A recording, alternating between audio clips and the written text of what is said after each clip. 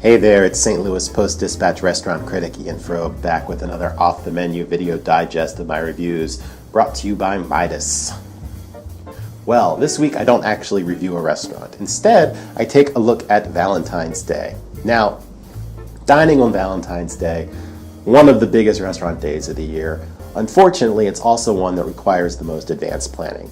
So if you're listening to this and you haven't yet made reservations for Valentine's Day, your chances of getting into the hot new restaurant, or the best restaurant, or the most romantic restaurant are very, very slim. You're not going to Niche, you're not going to Tony's. That said, I do have some ideas. One thing you can do is to try to go early or go late. Here you see the dining room at the Crossing. You might remember a couple months ago I gave the Crossing 3.5 stars, one of the very best restaurants in town. Great atmosphere, very romantic, and of course, great food. Here you see a duck dish that I enjoyed while I was there, roasted duck breast.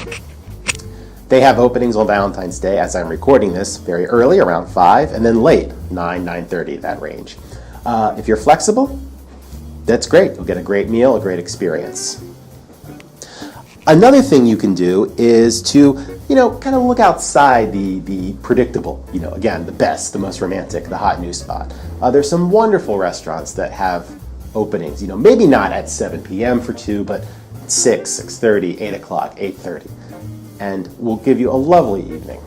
Here's a stuffed pepper dish from Cafe Natasha's on South Grand, the Persian restaurant, one of my favorites in town. Another idea is Robust downtown, Robust Wine Bar. The Webster Grove location is pretty booked for Valentine's Day, but the last time I checked, there were still several openings at the downtown location. Here you see one of their chicken dishes, excellent food, great wine, of course, because that's what Robust is known for. It's wine selection and its wine pairing. One other option, if you don't mind waiting, is a restaurant that doesn't take reservations. The two big examples of this, first is Pastaria. Here you see one of the pasta dishes from Gerard Craft's restaurant in Clayton. Great place, never takes reservations, and it's not taking reservations for Valentine's Day.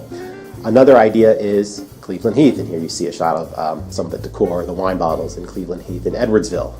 One of my very favorite, one of the very best restaurants in the metro area. They also do not take reservations as a rule, and again, on Valentine's Day, will not be taking reservations. So if you don't mind waiting a bit or going early and having a drink at the bar while you wait, both are great options for getting a great meal on Valentine's Day. If you're really dead set on going to a hot new restaurant or a very popular restaurant, you can try the wait list. You can call the last minute to see if there are any cancellations.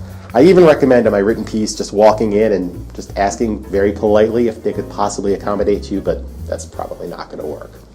At any rate, I hope whatever you plan to do for Valentine's Day, you have a great experience. I'll be back next week with an actual restaurant review, and you can read my complete Valentine's Day piece at stltoday.com or pick up a copy of Go Magazine.